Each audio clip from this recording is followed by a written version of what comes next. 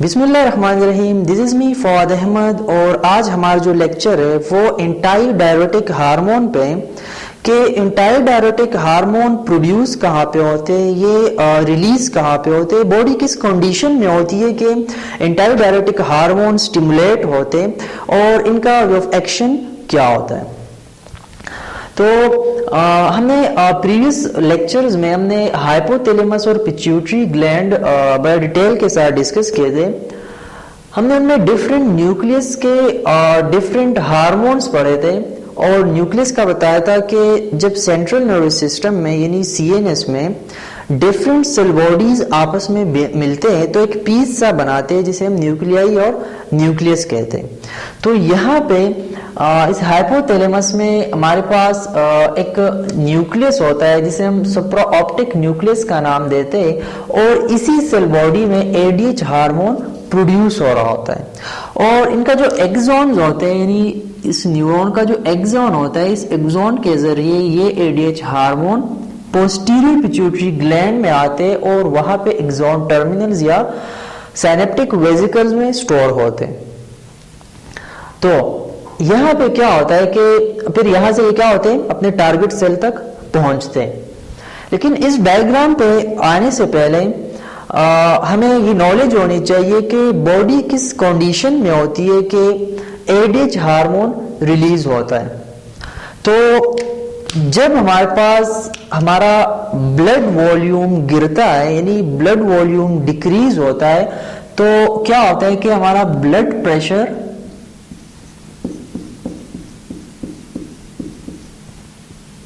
Decrease हो जाता है यानी ब्लड प्रेशर लो हो जाता है। सही है। और ब्लड प्रेशर लो होने की सूरत में यहाँ पे कुछ स्पेशल हार्मोन्स प्रोड्यूस हो रहे होते हैं जिसे हम एंजियोटेंशन टाइप 2 का नाम देते हैं। Angiotensin type 2 hormone. दूसरा, एक तो ये कंडीशन हो गया कि ब्लड प्रेशर यहाँ पे क्या होगा, लो होगा, तभी हमारे पास एंटाई डायरेटिक हार्मोन स्टिमुलेट होंगे। दूसरा हमारे पास जो होता है कि जब प्लाज्मा ऑस्मोलैरिटी हाई हो, सही है, प्लाज्मा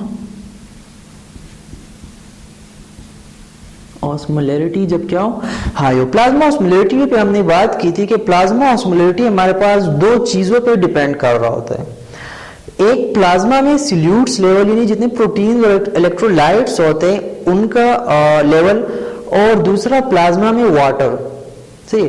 तो अगर इन दोनों में कुछ ऊंच नीच आता है, मतलब इस इनबैलेंस होते हैं ये दोनों, कोई एक भी, तो हम कहते हैं कि प्लाज्मा ऑस्मोलैरिटी लेस है या प्लाज्मा ऑस्मोलैरिटी हाई है। क्योंकि यहाँ पे प्लाज्मा ऑस्मोलैरिटी हमने कहा कि हाई चल रहा होता है तो इस दौरान क्या होता है, बॉडी हाइपरटोनिक कंडीशन में होते हैं।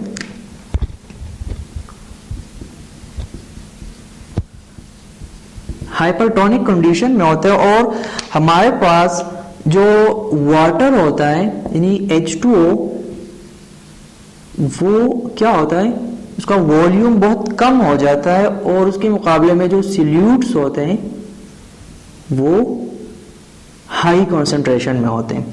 तो तब हम कहते हैं कि प्लाज्मा ऑस्मोलैरिटी यहाँ पे क्या है, हाई है और बॉडी हाइपरटोनिक कंडीशन में। और दूसरा जब हमारे पास ब्लड प्रेशर जो है वो लो चल रहा हो तो इन दौरान क्या होता है, एडीएच हार्मोन स्टिमुलेट हो जाते हैं।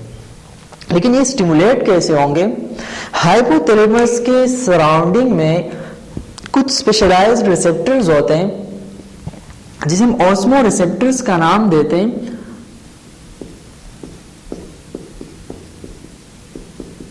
ऑस्मो रिसेप्टर्स का नाम देते हैं और जिसमें हमारे पास OVLT और SFO के नाम के रिसेप्टर्स आते हैं। फॉर एग्जांपल बॉडी इन दो कंडीशन को फेस कर रही है तो क्या होता है कि angiotensin type 2 hormone, angiotensin type 2 hormones कहाँ पे जाता है, हाइपोथैलेमस तक जाता है और वहां पे इसके लिए जो स्पेशलाइज्ड रिसेप्टर होता है इसके साथ ये बाइंड हो जाते हैं, और जैसे ही बाइंड होते हैं तो हमारे पास सुप्राऑप्टिक न्यूक्लियस स्टिमुलेट होता है और एडीएच हार्मोन प्रोड्यूस होने भी लगता है, और जो सिनेप्टिक वेसिकल में जो स्टोर्ड एडीएच होता है वो रिलीज भी हो जाते हैं और अपने टारगेट तक पहुंचते हैं। अब आते हैं डायग्राम पे। ये हमारे पास क्या है, हमारे पास है नेफ्रॉन, ये हमारे पास क्या है, ब्लड कैपिलरी, ब्लड वेसल है, सही है। इसमें ये जो बड सा निकला हुआ है, ये रेड कलर में इस ब्लड कैपिलरी में, इसे हम कहते हैं, यानी नेफ्रॉन जो होता है ये दो कांस्टिट्यूएंट पे डिपेंड कर रहा होता है। एक को हमारे पास में होता है ग्लोमेरुलस, प्लस ये जो कप शेप लाइक स्ट्रक्चर है इसे हम कहते हैं बोमेन्स कैप्सूल। ये क्या होता है,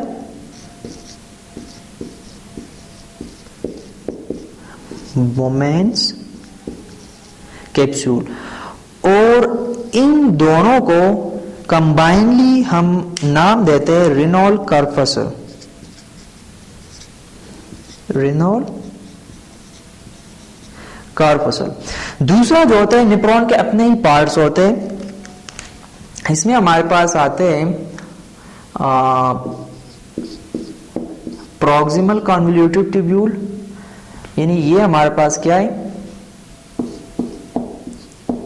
प्रॉक्सिमल कन्वोल्यूटिव ट्यूब्यूल जो ऊपर से नीचे की तरफ आते हैं, इसे हम कहते हैं, नेफ्रॉन का जो फर्स्ट पार्ट इसे हम कहते हैं प्रॉक्सिमल कन्वोल्यूटिव ट्यूब्यूल। जो दूसरा है उसे हम कहते हैं लूप ऑफ हेनली, जो यू शेप का बना होता है, लूप ऑफ हेनली, यानी ये जो हमारे पास है इसे हम कहते हैं लूप ऑफ हेनली।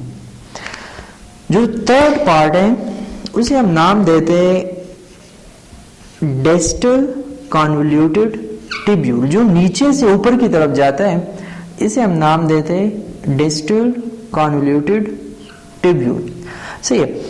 इससे आगे फिर आता है हमारे पास ये पाइप सा जो आपको शो हो रहा है, इसे हम कहते हैं कलेक्टिंग डक्ट,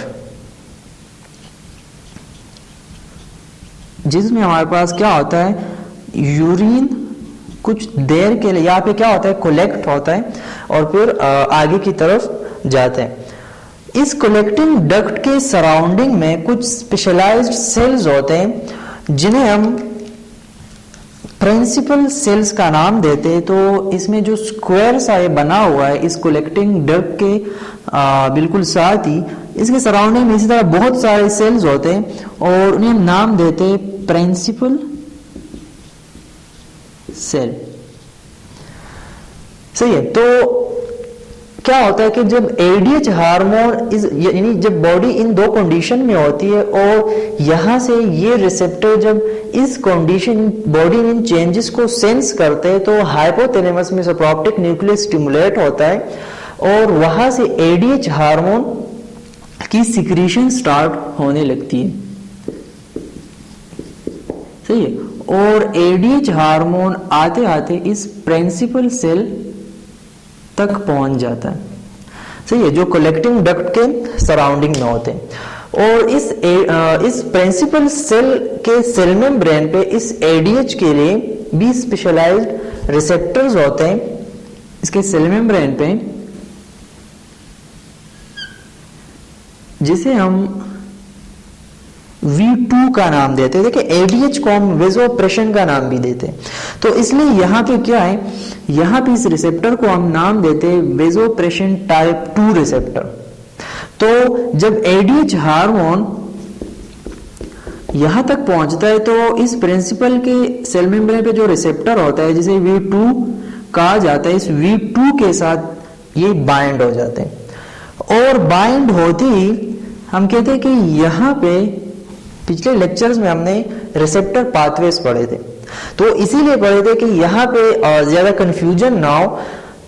रिसेप्टर पाथवेज में हमने जीएस पाथवे, जीक्यू पाथवे बड़ी डिटेल के साथ हमने डिस्कस किया था। तो यहाँ पे इस प्रिंसिपल सेल में जो रिसेप्टर पाथवे पे एडीएच हार्मोन जाता है तो वो जीएस पाथवे होता है, सही है। यहाँ पे क्या होता है, इस रिसेप्टर के टेल में बिल्कुल क्या होता है, जीएस पाथवे होता है, और जैसे एडीएच हार्मोन इसके साथ बाइंड होता है, बाइंड्स के साथ ही जीएस पाथवे यानी जीएस मैकेनिज्म स्टिमुलेट हो जाता है। और नॉर्मली यहाँ पे जीडीपी होती है, तो जैसे जीएस स्टिमुलेट हो जाता है जीडीपी जीटीपी में कन्वर्ट हो जाती है,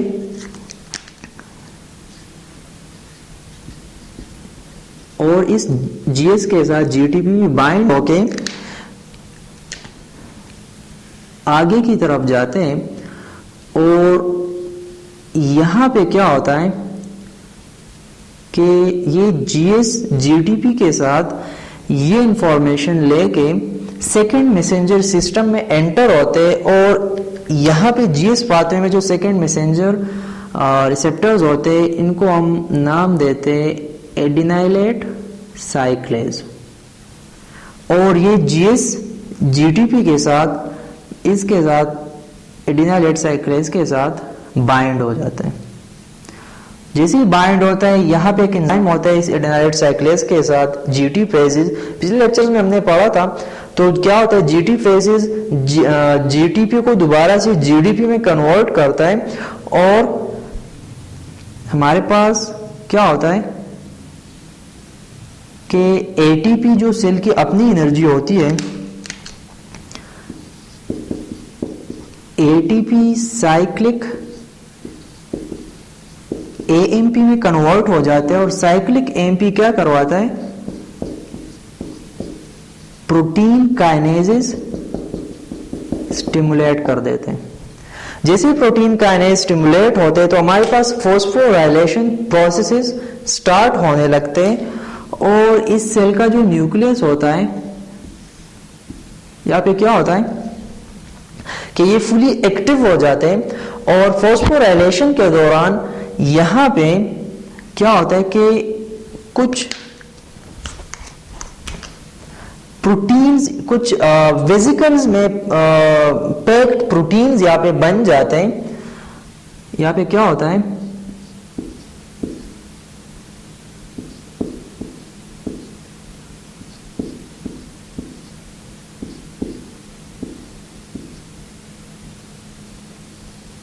कुछ पैक्ड वेसिकल्स बन जाते हैं, और ये प्रोटीन्स असल में क्या होते हैं, स्पेशलाइज्ड चैनल्स होते हैं, सही है। तो जैसे ही ये वेसिकल बन जाते हैं साइटोप्लाज्म में, ये प्रेजेंट होते हैं, तो यहाँ पे हमारे पास क्या होता है, दो तरह के चैनल्स यहाँ पे सिंथेसाइज हो चुके होते हैं।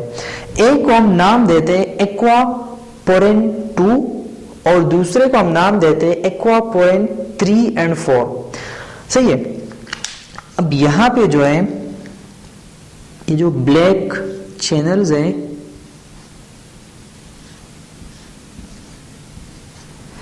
ये हमारे पास क्या है,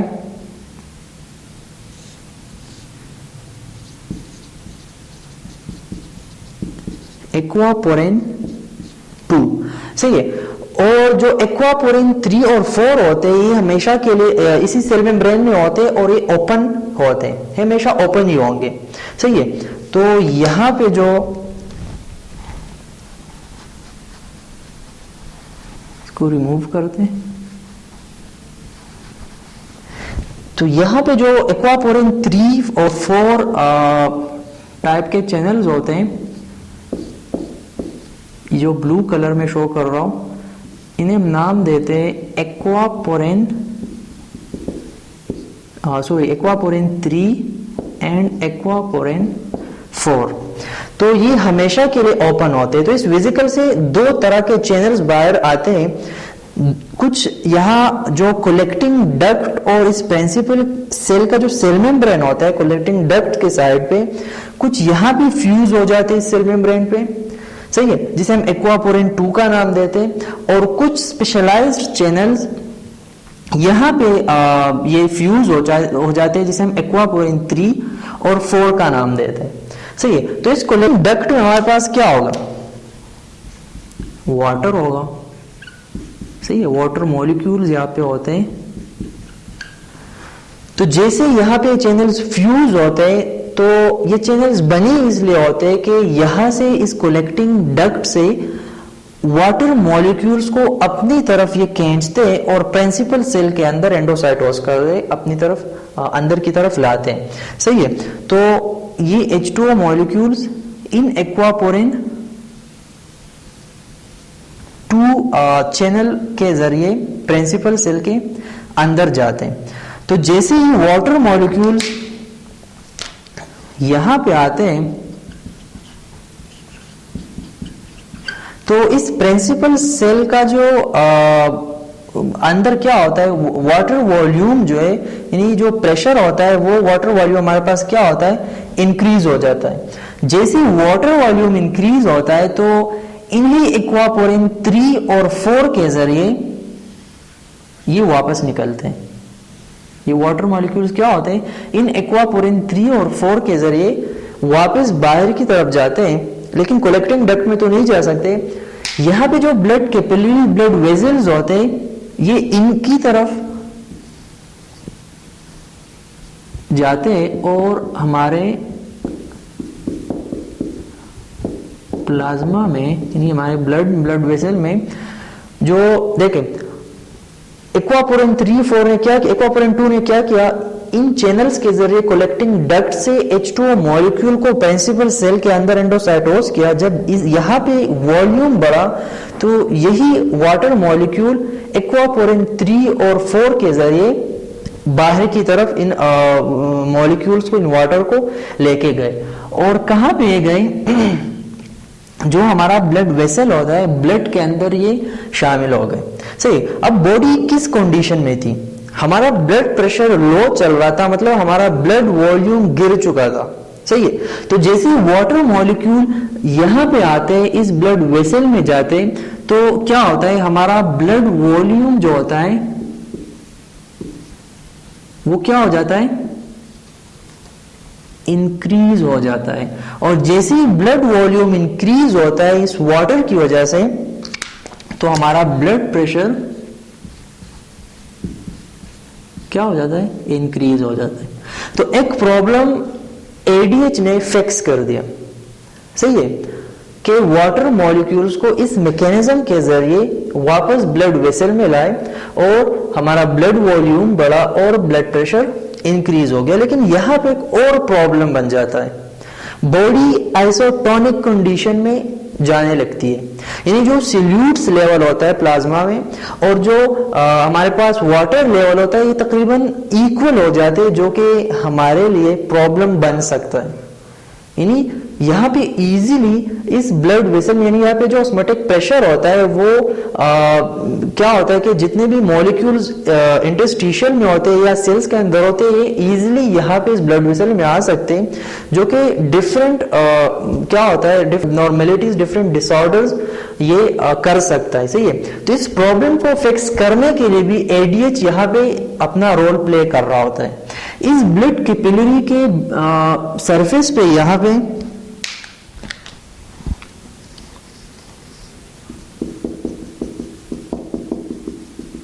कुछ और तरह के रिसेप्टर्स होते हैं, जिसे V1 रिसेप्टर का नाम देते हैं, यानी वेसोप्रेशन टाइप 1 रिसेप्टर। सही है।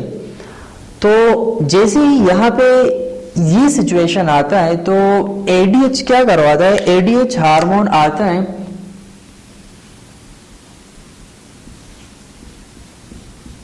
और इस रिसेप्टर के साथ बाइंड होता है।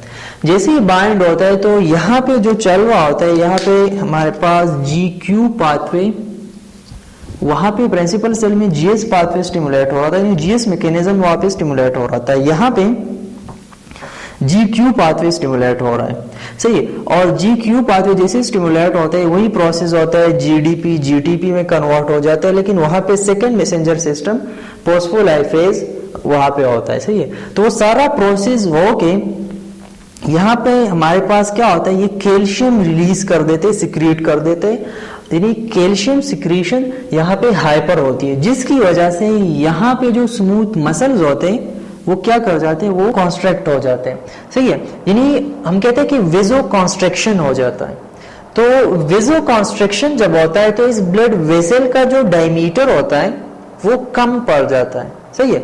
और हमारे पास जो पेरिफेरल रेजिस्टेंस होता है, यानी जो ब्लड की तरफ जो ब्लड सप्लाई होती है, सही है, वो इंक्रीज कर जाता है। यानी वेजो कॉन्स्ट्रिक्शन की वजह से क्या होता है,